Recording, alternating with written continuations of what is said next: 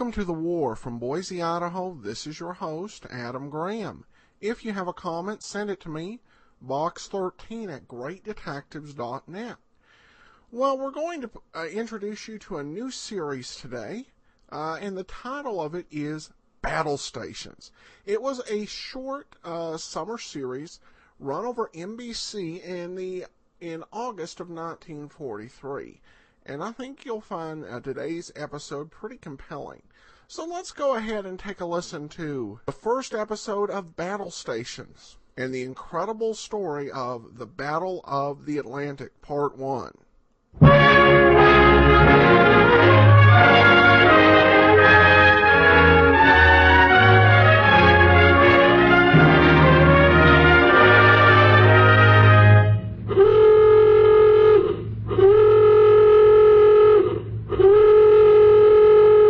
Battle stations! Battle stations!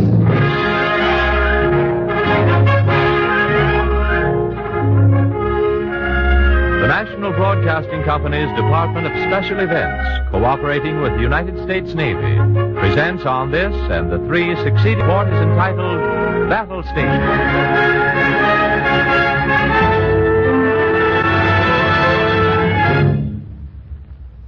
Tonight, the Battle of the Atlantic, Part 1.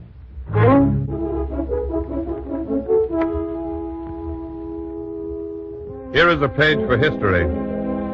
Here is the story, still incomplete, of a grim uphill fight, of a frantic hunt in 3 million square miles of water for hundreds of submerged needles, the submarines of the Axis. Here is the story of the Battle of the Atlantic.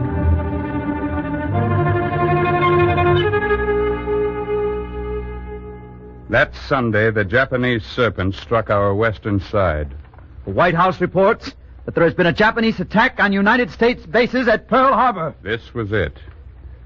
And suddenly things the man on the street had never thought of became vitally, oh yes, urgently important. On map of Atlantic and eastern seaboard states of United States.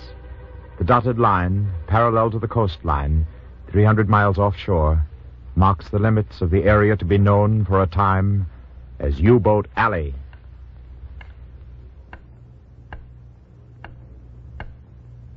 They were there, the U-boats. They were there somewhere. A neutrality patrol from Halifax to Reykjavik knew they were there, saw 57 of them. Yes, the U-boats were there. And there was tenseness along the sea lanes. Whistling at night on a dark road past a graveyard. January 1st. Still no attacks. But they were there, the U-boats were there. The word of one man is awaited. This man has laid his plans well. 29 of his 50 years are invested in preparations for the battle that awaits just his signal word. Illustration. Thin-lipped man, seamed face, creator and commander of Germany's U-boat fleet, Vice Admiral Karl Dönitz. Sie haben es ja mit Geleitzügen schon früher versucht. Wird Ihnen aber nicht sitting helfen. at his desk at Kiel. Wir sind auf alles As he vorbereitet. speaks, he looks at the wall portrait of spike-bearded old Grand Admiral Alfred von Tirpitz, godfather of unrestricted U-boat warfare in World War No. 1. He is answering an anxious inquirer.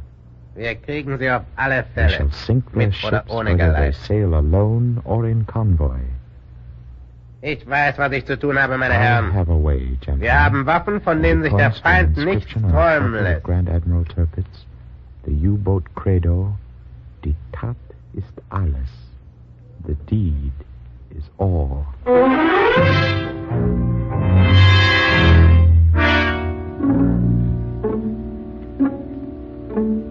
Yes, the U-boats are there. There is laughter beneath the sea. Illustration. The interior of a Nazi submarine. So geht's besser, viel besser. Hätten wir schon früher an der englischen Küste operiert, so wären wir nicht mehr hier. This is the crew of a U-boat. They're gay, and not without reason. for it's been very hot for them of late in their operations near the western approaches to the British Isles. Now they have the entire Atlantic to prowl. They're happy. A new hunting ground and a fascinating technique to practice. Rudelsystem. Rudelsystem, the technique is called. We know it as the Wolfpack Strategy.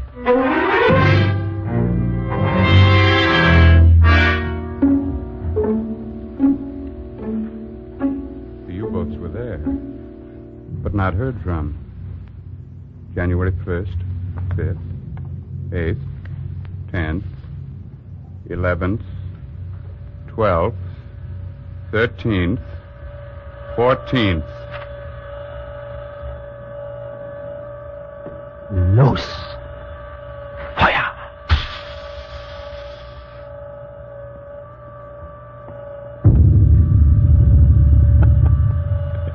Kinderspiel. Bald werden wir ihnen in ihren eigenen Binnengewässern das Leben sauer machen.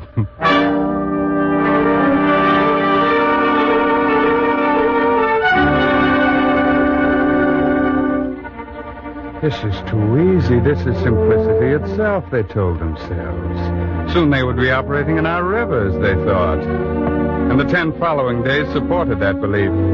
7 ships sunk, 49,000 tons, and the actions of the U-boat crews demonstrated they had learned von Tirpitz's credo. Die Tat ist alles. Illustration. Crew of a merchant ship torpedoed off the east coast in a lifeboat. Keep your shirts on.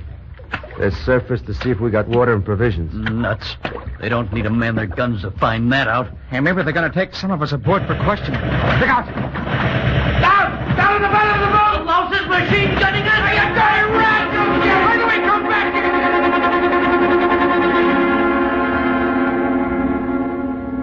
Die Tat ist alles. The deed is all. The rules have been made for the campaign.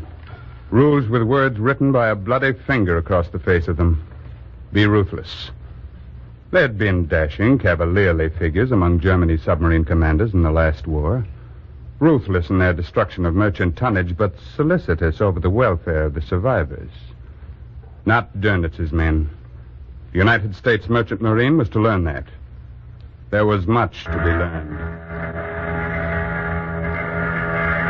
If you hope to get your ship there, Captain, you'll have to change quite a few of the old habits. There are hundreds of Nazi submarines in the Atlantic. You'll have to stay in as close to shore as you can. You know, Navy men know how to handle fighting ships, but I've been master of a ship since I was that high. I want to be out where I can move around. You won't find much space to move around in Davy Jones's locker.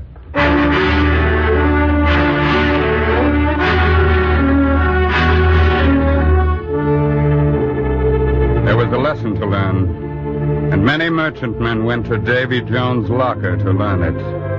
Closer and closer the shipping moved in to hug the shoreline, and bolder the U-boats became. Soon the front yard of the United States was in truth U-boat alley. Each TNT-laden shark that churned through the coastal waters struck a blow that was felt throughout the frontier. Los. Fire!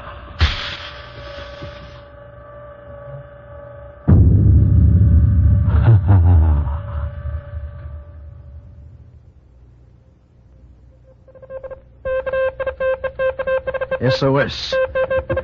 SOS. City of Memphis. Torpedoed 68 degrees, 11 minutes west. 42 degrees, 20 minutes north. Sinking fast. Abandoned ship ordered. SOS. Naval District to Eastern Sea Frontier. Go ahead. SOS picked up. City of Memphis. Torpedoed 68 degrees, 11 minutes west. 42 Message degrees, received. 20 minutes north. City of Memphis. 68 degrees, 11 minutes east. 42 degrees, 20 minutes north. Henson, take this information to the potting room. Another sinking.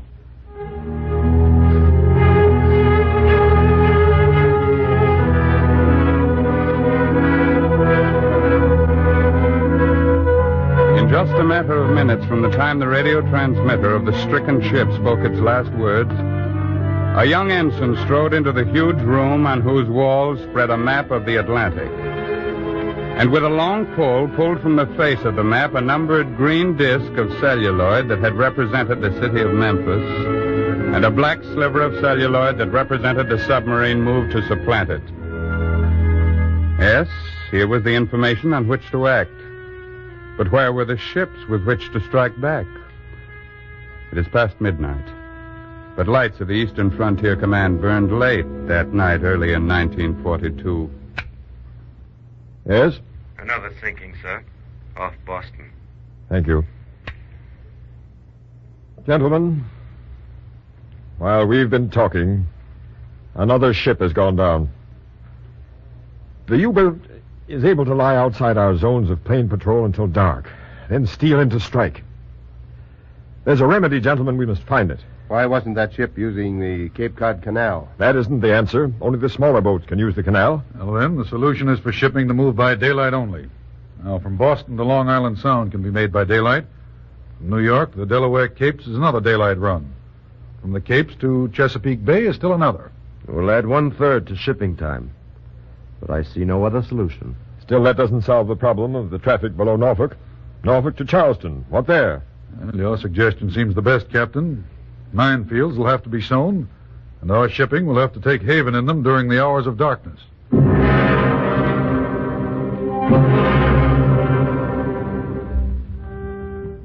There was laughter beneath the sea. The vital coastwise shipping had been slowed perceptibly, and the nation felt it. Coffee on the ration list, sugar on the ration list. That put the frothy head on the beer of Nazi laughter. The basis of the laugh was satisfaction. Crucially needed war materials were not reaching their destinations on time. Illustration. An officer of the Navy addresses an officer of the Army. We believe it's within your power to solve one of our most pressing problems, sir. Then maybe your problem's solved. What can we do to help? The U-boats have moved in on our eastern sea frontier, and they're able to operate close to our shores because the patrol planes we have, of which I'm afraid there are too few, aren't able to patrol out far enough. The cruising range is too short. Sounds like a job for our long-range bombers. And that was our thought. If we patrol 500 miles out, the U-boats will be forced away from our shore. Then I'll see to it that an Army Bomber Command is transferred to your control at the earliest possible moment.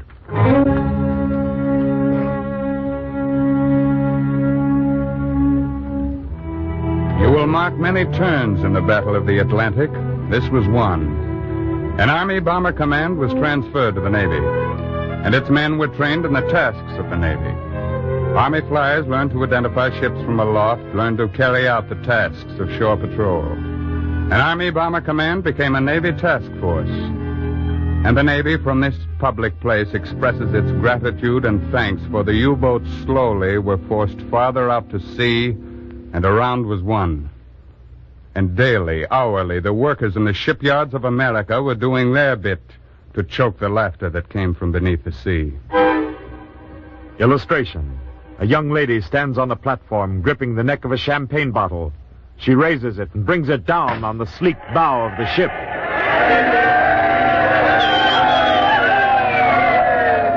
And crashing down the ways of Navy shipyards came another answer to the U-boat. Destroyers. Enough so that by the 14th of May, our coastwise shipping was traveling in convoys from Norfolk to the Gulf. Then, within a month, enough to convoy from New York to the Caribbean. And the effectiveness of the submarine decreased by 95%. There were sinkings, yes, a few, but at a fearful price. For the escort vessels knew their jobs. They had learned. Illustration. Aboard the USS Fury, an officer stands with an observer, watching an efficient crew man a Y-gun. Well, do you think you'll get the devil? We'll see. If we don't, it won't be because we don't know how. You see, we've learned how to toss them out in an effective pattern. There goes the first one. If it isn't deep enough, the next one will be. I wouldn't like to be caught between the two. I doubt if the men down below care for it either. Hey, how can you be sure when you've got yourself? They don't chalk up a score at headquarters until we bring in the U-boat skipper's pants to prove it. Who knows when you do get one? Somebody knows. Durnitz.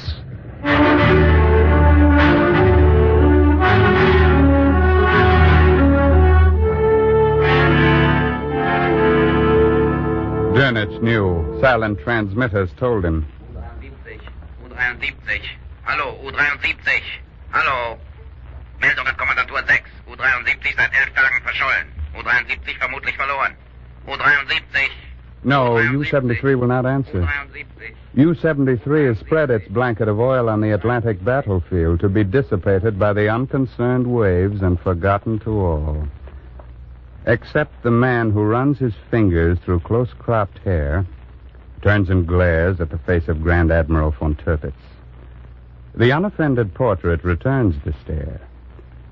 I didn't have the answer in 1918, the painted eyes say. Have you? Der Feind kann doch nicht Geleitzüge They eingelenkt cannot haben. convoy everywhere. Befehlsausgabe.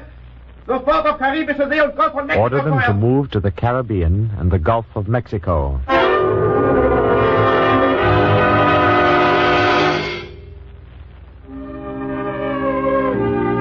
If Durnitz thought the United States Navy could not convoy within the Caribbean and the Gulf of Mexico, it was because he could not hear the crash of countless magnums of champagne against the prows of new escort vessels. That sound could not be heard across the Atlantic. But it could be heard where laughter was dying beneath the sea. Illustration. The tense crew of a U-boat that had a few minutes before been attacking a seemingly helpless merchantman now watch an indicator that marks the depth of their dive. Irgendwas ist nicht in Ordnung. One remarks that something has gone wrong. Another observes that that is not unusual of late. This crew can be seen to tense as a depth charge thunders nearby. There is little laughter now. One tries to joke, says that maybe this is the way they're to get the leave they've been promised. He is told that he is not so funny. The craft quivers like a wounded animal as a depth charge releases its might nearby. One is sure that some of the seams have been opened by that charge. The speed of the descent that once seemed quite adequate does not seem so now. One of the crew remarks that the Americans are learning too much too fast, and his fellow crew members seem to agree.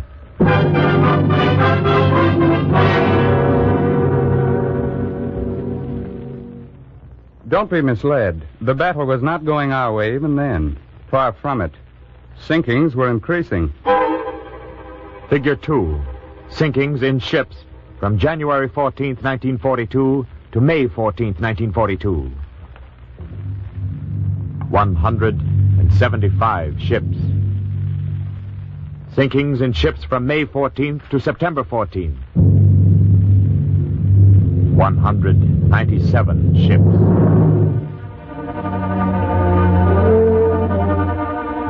Sinkings were increasing. But now the eastern sea frontier, under the command of Vice Admiral Adolphus Andrews, was being armed, and the Navy was striking back. The U-boats had been driven to a greater degree from U-boat alley, forced out into the sea to prey on lone ships which were too fast to travel in the convoys. But the varieties of U-boat attack are infinite, and Dörnitz's Rudelsystem had its share of successes. We are traveling in a convoy eastward. Number 4-1. Number 4-1. Alter your course 2 points to starboard. It is dark and silent this night. Only the sound of our prow slashing into the sea ahead is heard. That and the hum of the engines below. No lights showing. But there are shapes in the mixture of moonlight and haze. Other ships in the convoy, in files 200 cables apart, cutting a zigzag course through the black waters. A submarine pack has been reported in this area. Then, suddenly, the hitherto silent radiophone begins to speak. Submarine sighted. Off to port. All right. Go after it.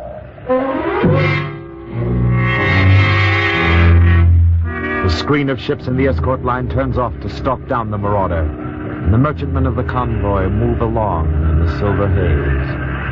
Then, an explosion. Flames leap from a stricken tanker. The darkness gone.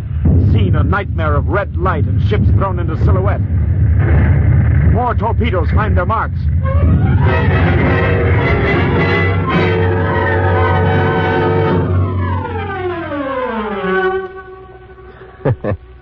Trotz allem. Wir werden sie schon kriegen.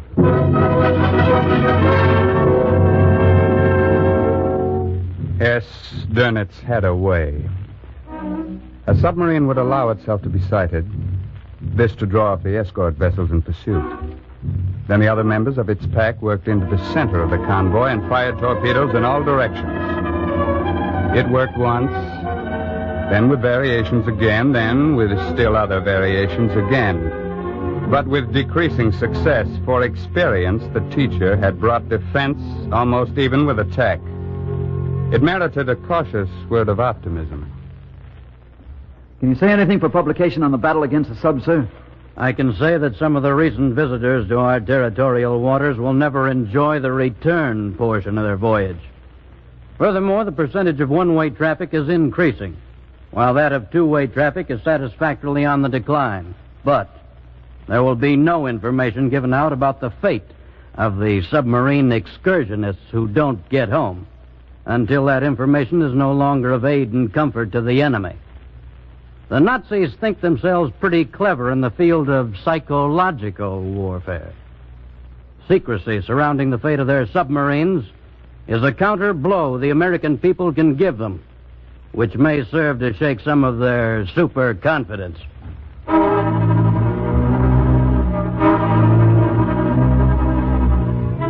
How was the superconfidence of the men who not long ago laughed under the sea? The words spoken in a press conference soon crackle in the air, and submarines have ears. Illustration. The crew of a submarine listens. I can say that some of the recent visitors to our territorial waters These men affect a casual, mocking expression. Their radio has told them of the ineffectiveness of the American defenses against submarines. But their radio has lied to them before. Was sagt denn? Was sagt denn? Sagt, dass viele von uns jetzt nicht mehr heimkommen. Viele spurlos versenkt. They laugh, but their laughter has a hollowness that causes them to look aside at their crewmates. Could not this be true, their eyes ask? Der Idiot, der lügt doch, was? One was bold enough to venture a question of how much of this is true. Alles. None of it, another responds. It's all rubbish. And they eagerly agree among themselves. But they are interested. Was sagt denn jetzt der Idiot? Was sagt denn What is jetzt? the idiot blowing about now? Was sagt denn jetzt? Er sagt nur, dass die Ungewissheit über das Schicksal so viele unserer U-Boote uns hart Their faces must not betray it, each resolves to himself. But there could be something to all this talk of U-boats being destroyed. So ein Unsinn. Stell up. Die übertreiben drüben wahrscheinlich genauso, wie die bei uns zu Hause übertreiben. This bold fellow suggests that our radio probably exaggerates, as theirs does. Weißt du noch, wie wir den 3000 Tonner vor den Azoren versenkt haben? He goes on to recall that a 3,000-ton vessel they had sunk was reported on the Nazi transmitters as being a 10,000-ton ship. This is the seed of doubt that will grow.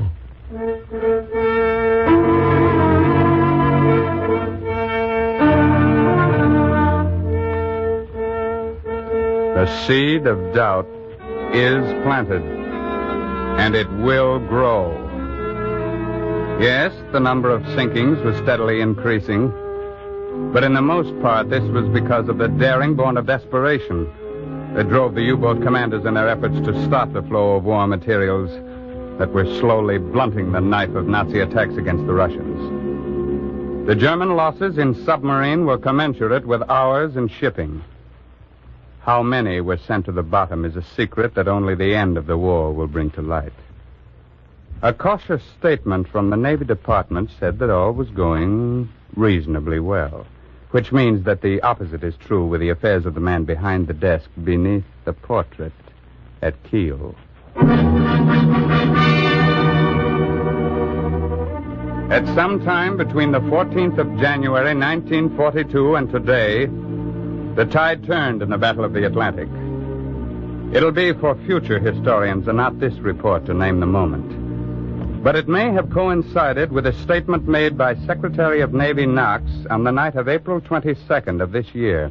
He said, "The Nazis are using every submarine they have or can build in an effort to cripple our striking power before it can be aimed at their throat. We accept that challenge, and in accepting it, we are confident of victory. Therefore, this is in effect a warning to the officers and men of the Nazi submarines that each combat voyage they undertake will be more dangerous than the last. This is an honest warning to the crews of German U-boats that each time they go out, there will be a sharply increasing likelihood that they will not come back. Here is the reason why. We are now building, both in Navy and private yards, destroyer escort vessels by the dozens. Yes, the Secretary's words were heard in the enemy U-boats. Prisoners taken from captured submarines since tell of hearing. And they were heard by the man who sits beneath the portrait of von Tirpitz, behind a desk, in an office in Kiel. And they are releasing our regular destroyers for combat duty in the Pacific and elsewhere. In addition to vastly increased offensive power on the surface, our aerial protection is being stepped up to a vast extent. We are building auxiliary and converted aircraft carriers literally by the dozens. Like the destroyer escort vessels, these convoy carriers are not something projected for the future. They are already in action. New ones are being added at a rapid rate. These carrier aircraft will be supplemented by long-range patrol planes operating from land bases. Finally, we have developed and are introducing certain new anti-submarine weapons which we prefer the Germans to learn about in action.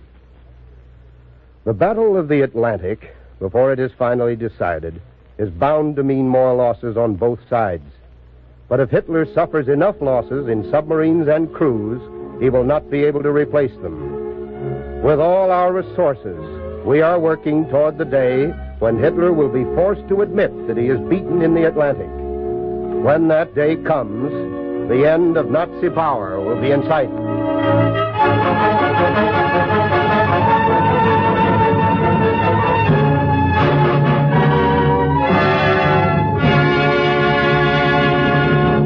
You have heard the history of the Battle of the Atlantic to what we may hope has been its turning point.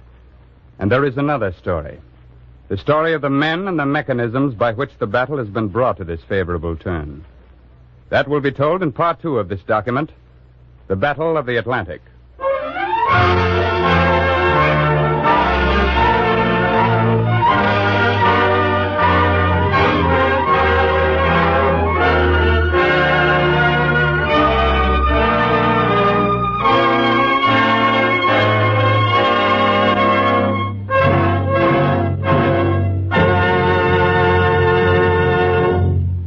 This has been the first in a series of 4 programs prepared by the Special Events Department of NBC in cooperation with the Navy Department. Raymond Edward Johnson was heard tonight as the narrator. Tonight's report was written by Charles Gussman. The music was composed and scored by Leo Kempinski, and the orchestra was directed by Joseph Stopak. Battle Stations was directed by Joseph Mansfield. Next Thursday at this same time, Battle Stations.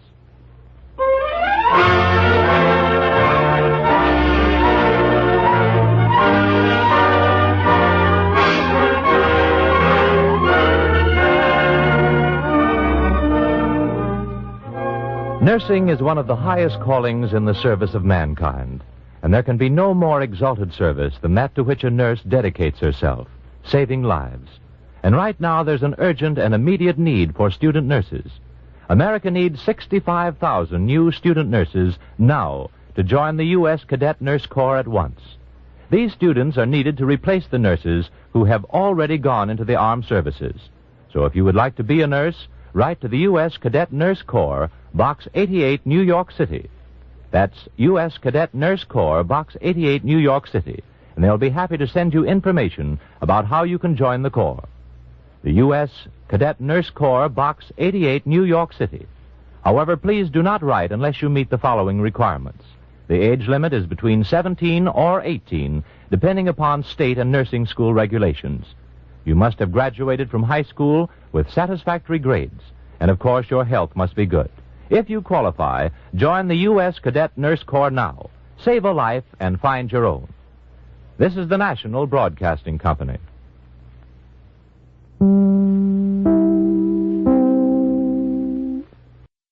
Welcome back. Well, a pretty interesting documentary telling of events, and brings home, always in fiction, they talked about the sinking of U-boats, and what U-boats could do. When you start getting to hundreds of ships sunk, you get a picture of the true devastation that they unleashed in the early days of the war. And it's fascinating to hear the efforts to counter this. And of course, there are some limits being in wartime. And I do want to assure you that you'll get to hear the next chapter in this story. We'll bring you the next part of Battle Stations in 2 weeks. Next week, we're going to focus a little bit on rationing. But we'll be back to these stories of war in 2 weeks. So be sure to man your battle stations in 2 weeks. That will do it for today. If you have a comment, email me, box13@greatdetectives.net. I welcome your story or that of loved ones who served during World War II. Ken Curlin provides our opening theme music, kencurlin.com. I am your host, Adam Graham. This series is provided as a service of the Great Detectives of Old Time Radio, greatdetectives.net.